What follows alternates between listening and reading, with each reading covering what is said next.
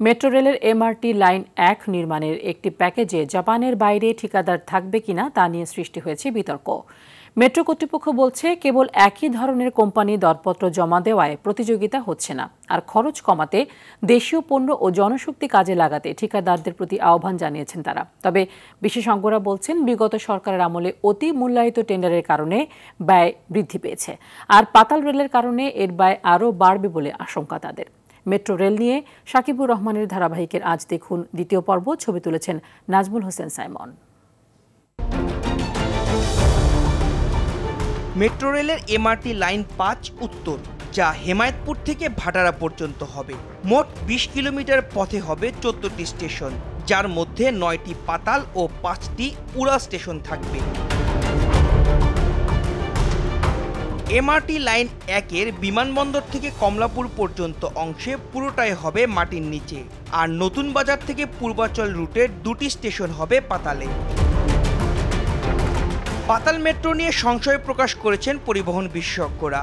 তারা মনে করেন, এতে আয় ব্যয়ের হিসেব কোনোভাবেই মিলবে না। ন্যাচারাল ভেন্টিলেশন, ন্যাচারাল আলো, সব কিছুই ন্যাচারাল।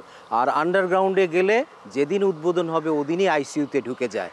আর্টিফিশিয়াল আলো, আর্টিফিশিয়াল বাতাস, এনার্জি হাংরি। মেট্রো 6 এলিভেটেড হয়েই আমি ভাড়াটা বাড়িয়ে দিয়েছি, তাহলে আন্ডারগ্রাউন্ডে গেলে আমি জানি না এই খরচটা কীভাবে উঠবে। সো আমাদের আন্ডারগ্রাউন্ডের অভিজ্ঞতা নাই, তাহলে যার অভিজ্ঞতা নাই সে তো রিজিওনাল কার আছে তার সাথে শেয়ার করে। ওনারা শেয়ার করেছে কিনা জানি না। আমরা যখন 2010-এ জাইকা এগুলিকে ফাইনালাইজ করে, তখন ওইখানে লেখা ছিল যাদের মেট্রো আছে তাদের একটা এক্সপেরিয়েন্স শেয়ার করতে হবে।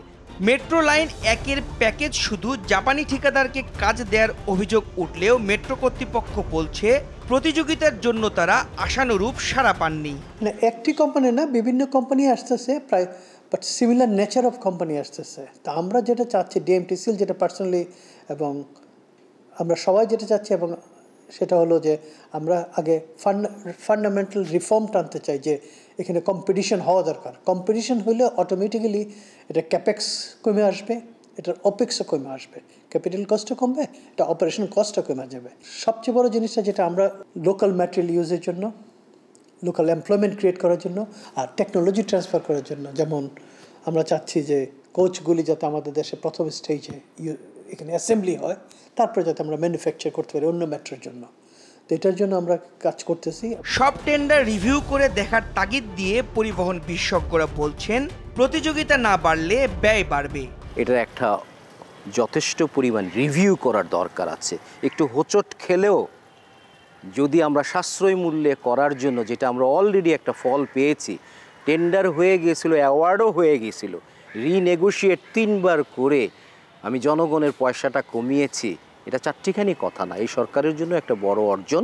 আগের সরকার, বিশেষ করে যেই এমডি ছিল, নন টেকনিক্যাল এমডি, তারা মেট্রো সম্বন্ধে কিছু ধ্যান জ্ঞান রাখে না।